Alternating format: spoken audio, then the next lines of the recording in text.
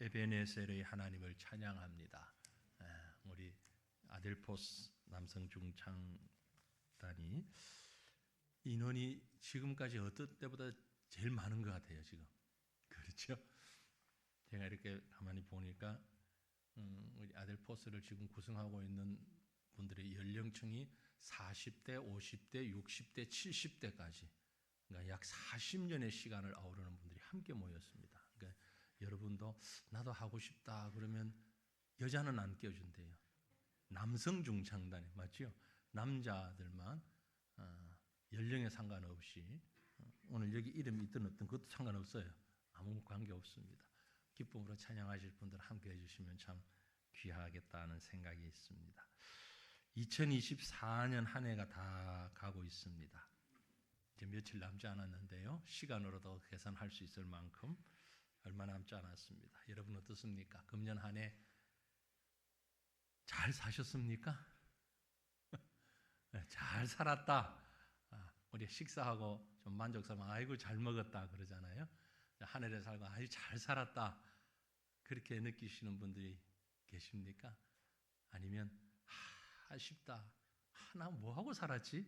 이렇게 생각하십니까? 한 해를 돌아보면 좋은 일, 나쁜 일, 기쁜 일, 굳은 일, 슬픈 일, 가슴 졸였던 일 참 많습니다. 좋은 열매도 있었고 그래서 아주 자랑할 만한 열매도 있었고 열매가 맺혀서 익는 듯 하다가 중간에 떨어져 버린 그런 열매도 있고 꽃은 피었는데 열매는 없는 이런 일도 있고 아예 꽃마저 피지 못했던 이런 일도 있을 것입니다. 해도 후회하고 안 해도 후회하는 게 우리의 삶이다. 누가 그런 말씀을 하는데 완벽한 삶을 살기는 참 어렵고 불가능합니다. 예전에도 제가 한번 소개를 드린 것 같은 생각이 나는데 호주 사람으로 호스피스 병동에서 이분은 원래 그 간호사는 아니었는데 직업을 바꾸었어요. 바꾸어서 호스피스 병동 간호사로 오랫동안 일을 하다가 그 경험을 가지고 글을 쓰신 분이 계십니다. 브로니 웨어라고 하는 분이 글을 썼는데 그 책이 자그마치 32개 국가 언어로 번역이 됐답니다. 물론 우리나라 말로도 번역이 됐습니다. 혹 여러분 가운데 읽어보신 분이 계실지 모르지만 The Top 5 Regrets of the Dying. 그래서 죽을 때 후회하는 5가지. 호스피스 병동에서 이제 있다 보니까 그런 책을 썼어요. 죽을 때 사람이 보편적으로 아직 아무도 경험 안 했습니다. 여기 뻔한 사람은 혹시 있을 수 있어도 그래도 아직 성공 못했습니다. 죽을 때 사람들이 후회하는 5가지. 우리말로는 번역을 하기를 내가 원하는 삶을 살았더라면 상당히 의역을 했는데 원제목은 죽을 때 후회하는 5가지입니다. 뭘까요? 보통 사람들이 많이 후회하는 5가지. 그 책의 내용은 첫 번째는 남의 눈치를 보지 말고 내 뜻대로 한번 살아볼 걸. 남 눈치 보지 말고 내 뜻대로 한번 살아보았으면 좋았을 걸. 거기가 끄덕여지십니까? 대부분 사람들은 자신의 삶이 아닌 타인이 원하는 인생을 살았다라고 생각하는 분들이 많이 있는 것 같아요. 정말 그러지만 않았으면 좋았을 텐데. 또 한 가지는 너무 일만 하지 말았어야 했는데 너무 일에 매몰되어 가지고 내가 일한다고 시간 다 보냈네. 그렇게 후회를 한답니다. 또 한 가지는요. 내 감정 좀 솔직히 표현하고 살았으면 좋았을 텐데. 저보고 하는 소린가? 우리 가운데 많은 분들 목회자들이 대다수 그럴 것 같아요. 목회자 아니어도 많은 분들이 좀 내 감정 좀 탁 있는 대로 표현해보고 살았으면 좋았을 텐데. 네 번째는 뭔가 하니까 친구들과 좀 더 자주 연락하고 함께 볼 걸 그랬네. 어릴 때 친구, 커서 친구, 이런저런 이유로 함께한 친구들. 어떻습니까, 여러분? 마지막 5번째는요. 좀 더 행복한 인생을 살 걸 그랬다. 좀 더 행복하게 살았으면 좋았을 텐데. 물론 이분이 주관적으로 호스피스는 이제 시한부 생명을 사는 분들 아닙니까? 그분들을 돌보는 병동에서 보고 느꼈던 것이기 때문에 한쪽으로 편협될 수도 있지만 그래도 보편적으로 일단 죽음을 앞둔 사람들이 여러 가지의 후회 가운데 5가지 리그레트, 후회를 이렇게 표현을 하고 있습니다. 뭐 공감되는 부분도 있고 또 다른 걸 좀 얘기하고 싶은 부분도 있을 것입니다. 사람의 삶, 인생이라고 하는 것은요, 정말 길어도 백년입니다. 뭐 100세 시대 얘기하지만 100세까지 사는 사람이 그리 흔치는 않지요. 가끔 있습니다. 가끔 우리 교회도 뭐 90 넘긴 분들이 있긴 하지만 심히 힘드시죠. 매우 힘듭니다. 전 개인적으로 제 부친이 아직 계신데 금년에 95, 내일 모레면 96입니다. 이제 만 96 되시는데 쉽지 않잖아요. 그런 분들이. 그러면 그렇게 살면서 뭘 하고 어떻게 사는가? 그건 매년 한 해 한 해의 삶의 어떤 결산. 그래서 오늘 마지막 주일인데 우리가 금년 한 해를 결산하는 이런 시간을 좀 가졌으면 좋겠다라는 생각됩니다. 나중에 앞에서 얘기한 죽기 전에 5가지 그것 아니더라도 죽기 전에 내가 후회할 기회가 있을지 없을지도 모르잖아요. 그렇죠? 하나님이 그런 기회를 주실지 안 주실지도 모르는데 필요하면 지금도 좀 이렇게 정리를 해 놓으시면 참 좋을 것 같고요. 그래서 우리나라는 이 죽음에 대해서 상당히 부정적인 생각을 가지고 준비하는 것에 대해서 별로 유쾌하게 생각하지 않는데 그건 잘못됐다고 생각됩니다. 특별히 기독교인들은 우리 천국을 소망하는 자들이잖아요.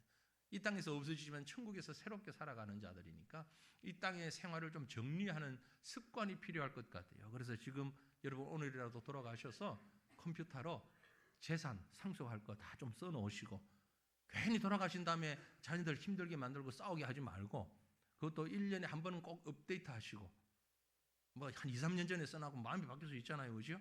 그러니까 좀 잘 적어가지고 정리를 해놓고 땅에 있는 것도 숨기지 말고 자녀들한테 얘기하기 어려우면 저한테라도 얘기해 주시고 다 정리를 좀 하시고 준비하시면 좋겠어요. 금년 한 해 한번 돌아봅니다. 어떻게 살아왔는가? 그리고 앞으로 어떻게 살아가야 할 것인가? 우리 모두가 공통적인 소망이 있다면 주님 앞에 딱 섰을 때 주님이 뭐라고 말씀하시면 좋겠어요? 잘 살았다. 착하고 충성된 종아. 그런 소리 들을 수 있는 저와 여러분 우리 모두가 되기를 축원합니다. 별로 생각 없으신 분은 아멘 안 하신 분은 빼고 제외. 착하고 충성된 종으로 안 사시려면 뭐 그렇게 살다가 나중에 5가지가 아니라 50가지 후회하실 거니까 우리가 하나님 앞에 갔을 때 착하고 충성된 종아 내가 잘 살았다 고생했다 이제 내 품에서 쉬어라 이런 안식과 평안의 메시지를 들을 수 있기를 소망합니다. 그럼 어떻게 해야 됩니까? 어떻게 살아요? 오늘 그 문제를 좀 생각해 보려고 합니다. 우리가 지난 한 해를 돌아보면서 앞으로의 시간을 생각하면서 먼저 어떻게 살아야 하는가 삶의 자세를 한번 생각해 보십시다. 어떤 자세로 살아야 됩니까? 하나님이 보시는 첫 번째 결산 우리가 살아온 삶의 자세입니다. 여러분 2024년을 어떤 자세를 가지고 살아오셨습니까? 어떤 태도로 살아왔는가? 다른 말로 얘기하면 어떤 성품으로 삶의 성품이라고 볼 수도 있겠고요. 어떻게 살아왔습니까 도대체? 오늘 우리가 읽은 본문 말씀은 유명한 바울이 그의 생애가 거의 마쳐질 때쯤 제가 말씀드린 대로 죽음을 준비하는 그런 마음으로 쓴 책이 디모데 후서입니다. 특별히 전서 후서. 아주 사랑하는 제자 후배 디모데에게 글을 남기면서 자신의 인생을 정리하고 있어요. 유서일 수도 있고 인생을 정리하는 글입니다. 그게 디모데 후서인데 거기에서 영적인 아들이고 후배인 디모데에게 자신을 이렇게 고백하며 말합니다. 본문 6절에 보면 전제와 같이 내가 벌써 부어지고 나의 떠날 시각이 가까웠도다. 전제와 같이는 구약의 제사를 드릴 때 액체를 붓는 걸 말합니다. 여기 부으면 좋겠지만 지금 난리 날 것 같아서 전제는 이 피, 포도주, 액체로 된 것을 그대로 붓는 것을 부으면 우리말에 쏟겨진 물, 쏟아진 물이라는 말이죠. 다 쏟겨버려요. 다시 담을 수가 없어요. 내 생이 전제와 같이 하나님 앞에 다 부어졌다 그 말이에요. 이제 다시 거둬들일 수 없다. 그래서 자신의 생이 마치는 것을 인식했다는 겁니다. 그리고 나의 떠날 시각이 가까웠다. 자, 이 마음을 가지고 자신의 삶을 어떻게 정리하는가니 이어지는 7절입니다. 나는 선한 싸움을 싸우고 나의 달려갈 길을 마치고 믿음을 지켰다. 자, 오늘 이 말씀을 조금 따박따박 한마디 한마디 생각해 보고 싶습니다. 삶의 자세, 바울의 삶의 자세는 선한 싸움을 싸우는 자세였다. 그렇게 볼 수 있습니다. 이 말은 항상 선함으로 지내왔다. 아니, 선하기 위하여서 나 자신과 무든히 싸웠다. 싸웠다라는 말은 전쟁이나 싸움, 다툼이 아니라 경기, 운동 경기의 싸움의 의미를 가지고 있어요. 그러니까 경기에 이기기 위해서 애쓰는 것처럼 나는 내 생을 살면서 선하게 살기 위하여서, 선한 삶을 살기 위해서 싸우며 살았다라는 겁니다. 이게 바울의 삶의 자세였어요. 어떻게 하든지 어떤 사람을 만나든지 어떤 상황에 있든지 선하게, 선이라고 하는 것은 무엇가 선입니까? 하나님의 뜻이잖아요. 하나님이 원하시는 것이잖아요. 그러니까 다른 말로 얘기하면 나는 하나님이 원하시는 그런 삶을 살기 위해서 무단히 애를 썼다는 거죠. 안 되는 줄 알았지만 포기하지 않고 하나님이 뭘 원하실까? 하나님이 기뻐하시는 그것이 선이니까 그 선을 이루기 위해서 무단히 싸우는 삶을 살았다. 스스로를 이렇게 고백하고 있는 겁니다.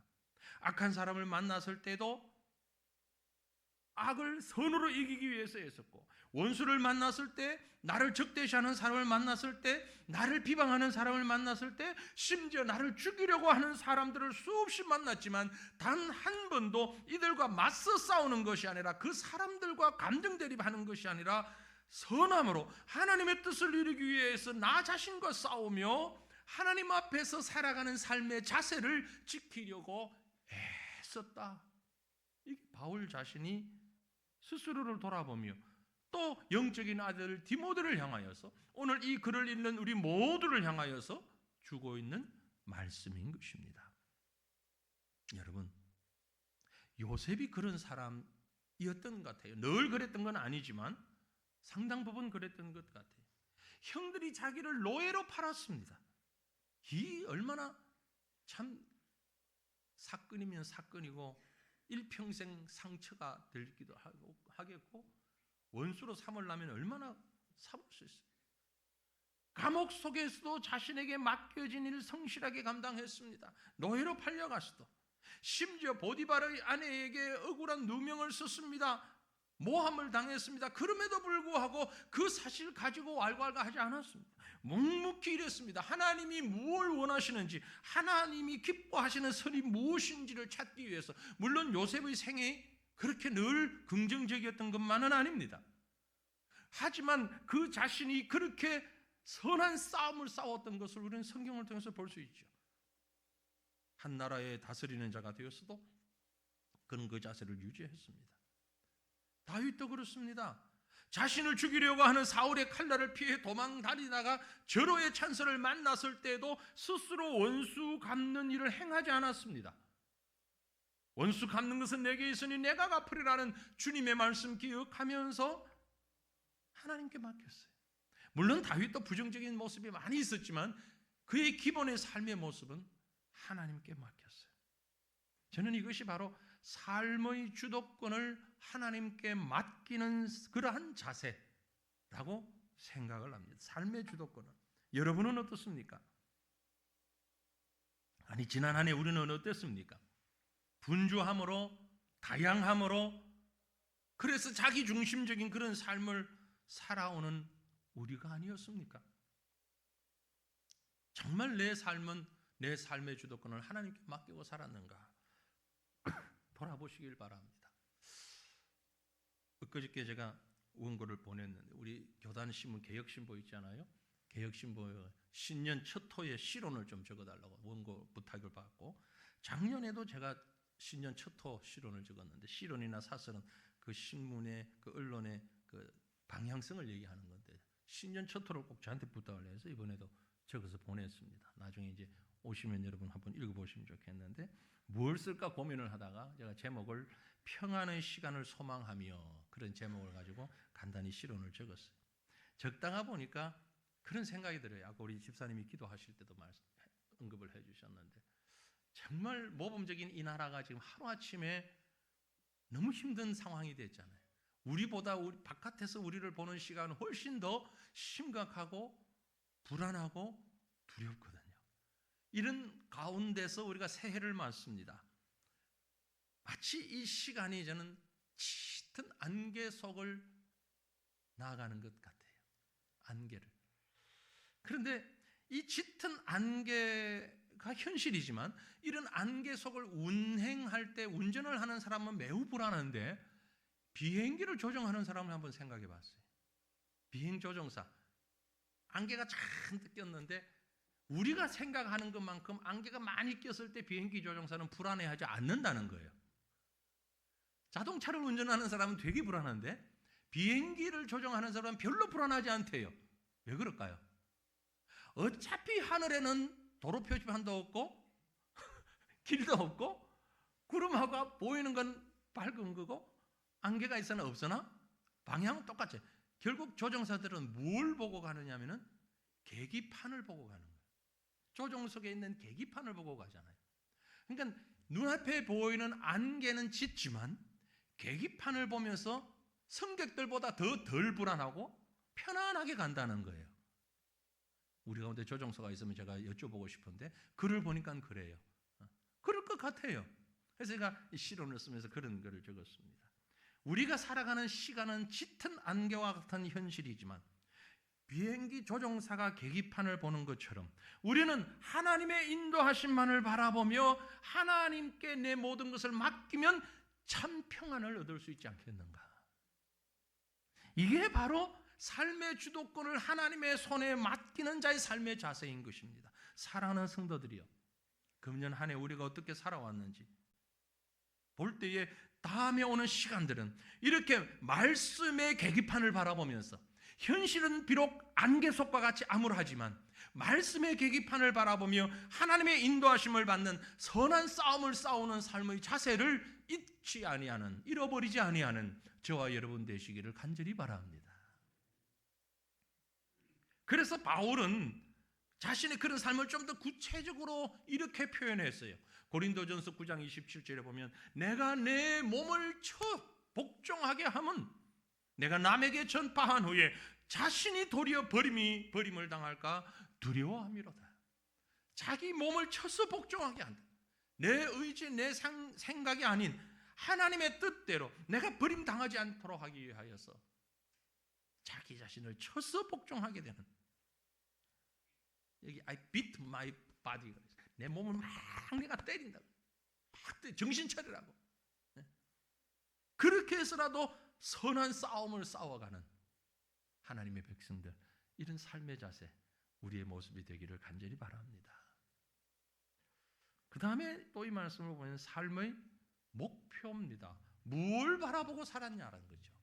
여러분 어떻습니까? 지난 2024년도 여러분의 목표는 어떠했고 또 그것을 이루었습니까? 아닙니까? 아까 말씀드린 대로 열매를 생각하면 풍성한 열매를 따셨습니까? 아니면 열매에 연거로 가다가 떨어져 버렸는지, 꽃만 피고 열매는 없었는지, 꽃도 안 피었는지. 좀 전에 봤던 본문 7절 말씀에 보니 나는 선한 싸움을 싸우고 그 다음에 나의 달려갈 길을 마치고 믿음을 지켰다라고 했어요.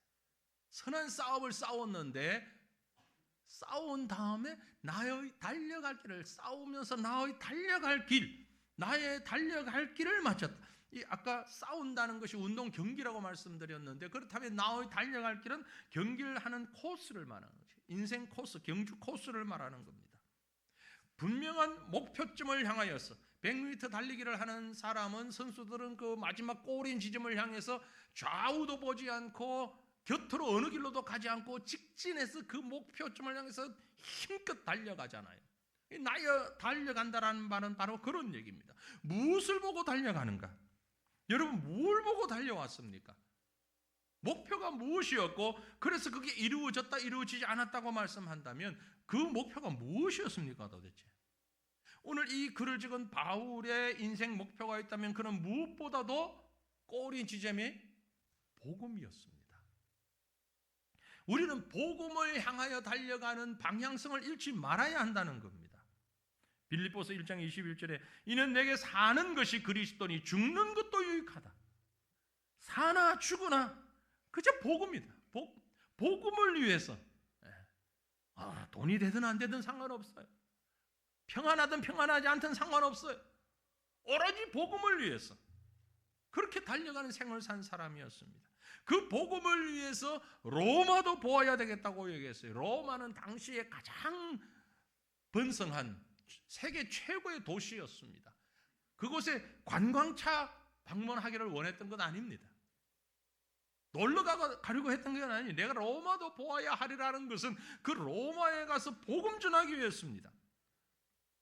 사도행전 19장 21절에 이 일이 있은 후에 바울이 마게도냐와 아가야를 거쳐 예루살렘에 가기로 작정하여 이르되 내가 거기 갔다가 후에 로마도 보아야 하리라. 로마가 꿈이었습니다. 왜? 그곳에서 복음 증거하기 위해서. 이런 바울의 삶은 한마디로 복음 중심의 삶. 복음 중심의 삶은 다른 말로 예수 닮는 삶. 그렇게 말할 수 있습니다. 여러분 우리가 신자로서 직분자로서 하나님 나라의 백성으로서 과연 예수 그리스도를 닮고 그리스도가 이 땅에 선포하신 복음을 증거하기 위하여서 얼마만큼 목표와 방향성을 가지고 살아왔는가를 한번 돌아볼 수 있기를 바랍니다. 한 해 동안 우리의 살아온 평생이 정말 예수 닮는 그런 삶을 살아왔는가? 예수 닮기 위해서 소망했는가? 너희 안에 이 마음을 품으라 곧 그리스도 예수의 마음이라는 빌립보서 2장 5절의 말씀이 여러분 우리 가슴을 얼마나 울렸는지를 생각해 볼 수 있기를 원합니다.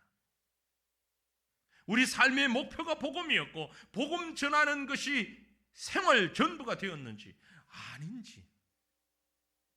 아브라함의 목표는 하나님을 따라가는 것이었습니다. 하나님이 지시하는 곳으로 따라갔습니다. 모세의 목표는 이스라엘 백성들을 인도하는 것이었습니다.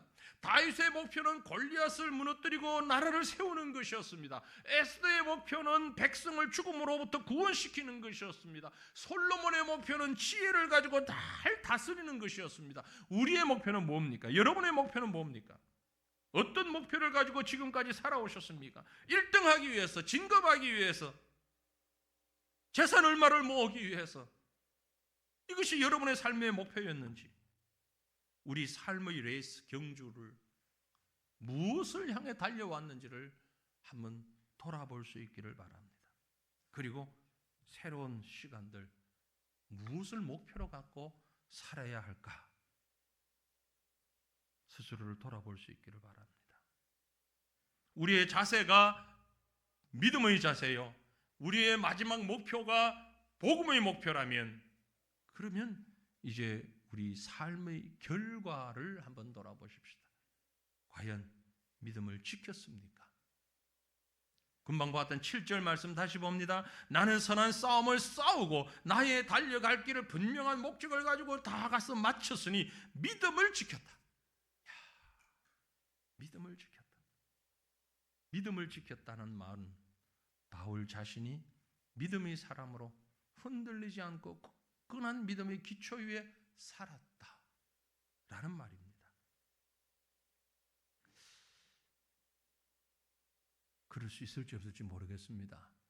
여러분이 세상을 떠나신 다음에 요즘 화장도 하고 매장도 하고 하지만 어쨌든 세상 떠나고 난 다음에 여러분의 자취를 기억하는 후손들이 조그마한 팻말을 비석이라고 그러죠.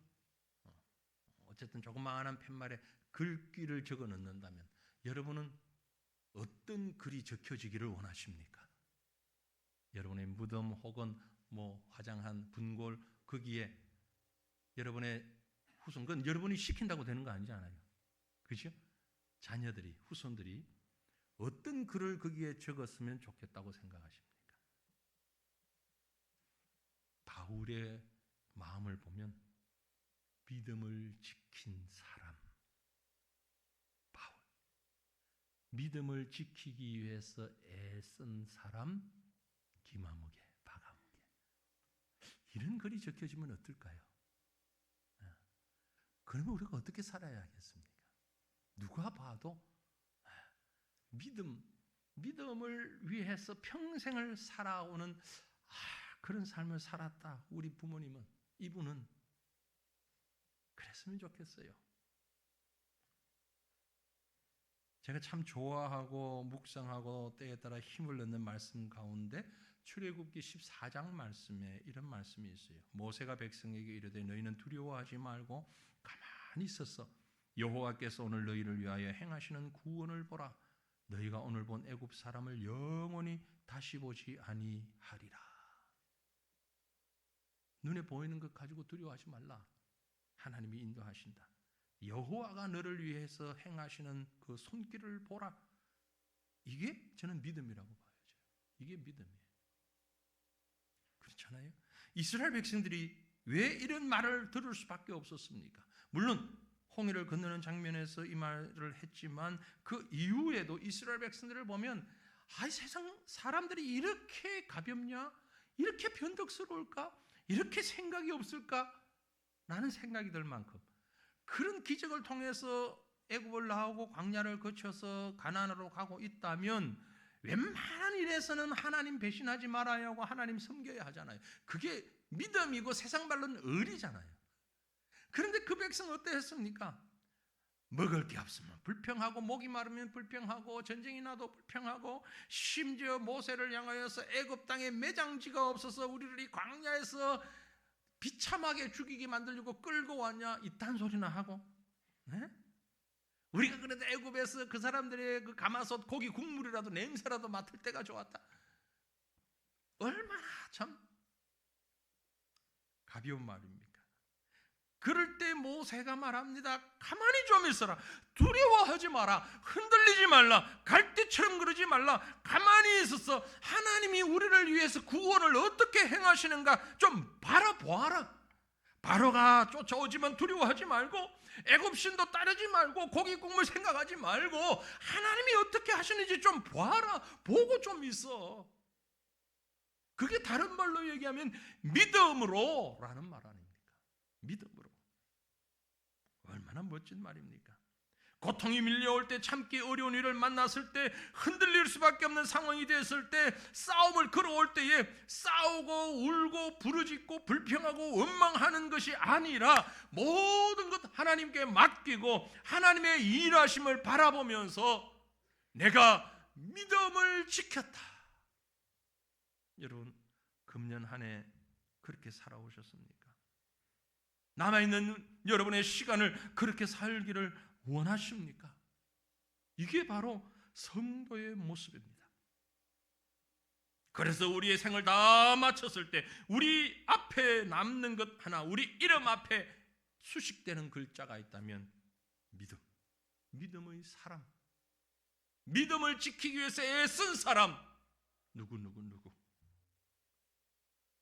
그러려면 믿음으로 산 2024년, 믿음으로 살아온 2025년, 믿음으로 살아온 2026년 이게 쌓여지면 분명히 우리 후손들은 우리 이름 앞에 믿음으로라는 글귀를 적어 줄 것입니다. 아니, 하나님이 그렇게 인정하실 것입니다. 사랑하는 성도들이여, 이제 한 해가 저물어 갑니다. 지난 1년 어떻게 살아왔고 얼마나 만족할 만한 열매를 거두었고 어떤 결산서를 쓸 수 있을지 우리가 알 수 없지만 분명한 것은 2025년도 금년처럼 사시겠습니까? 아닙니까? 새해는 정말 하나님이 기뻐하시는 그 뜻을 바라보고 선한 삶을 살기 위해서 힘써 애써 믿음의 삶을 살아가는 성공적인 성도의 삶을 살아가는 저와 여러분이 우리의 모습이 될 수 있기를 우리 주님의 이름으로 축원합니다. 기도하겠습니다. 우리 한 마음으로 기도하기를 원합니다. 여러분 짧은